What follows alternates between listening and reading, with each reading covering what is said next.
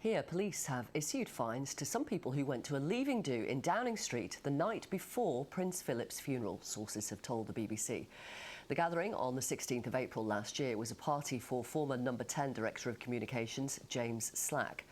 Boris Johnson wasn't there and has so far not been given a fine. The Met's investigation of 12 events held across government began in January. Our political correspondent, Ione Wells, is in Westminster. Tell us about the significance of this, Ione.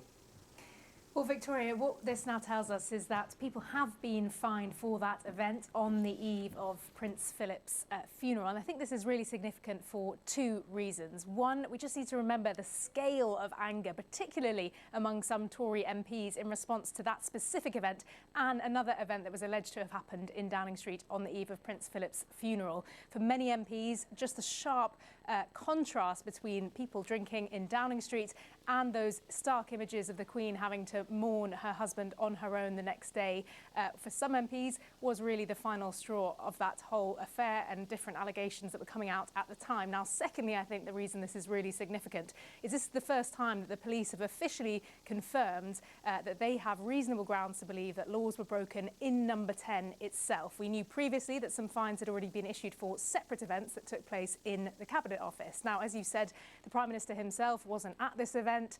He hasn't been fined, and he did apologise for these two events that are alleged to have happened on the eve of Prince Philip's funeral. However, he did tell MPs at the end of last year that rules in Number 10 were followed at all times, and that's led to questions for the Prime Minister today about whether he misled MPs. Now, Jacob Rees-Mogg today has said that the Prime Minister was given wrong information. I think that's something we can imagine is going to form part of the Prime Minister's defence in coming weeks, that he didn't knowingly mislead Parliament. But that hasn't really stuck with the opposition. Labour's leader, Sir Keir Starmer, has said he doesn't buy that. He wants the Prime Minister to come to Parliament and explain what exactly he was told about these events.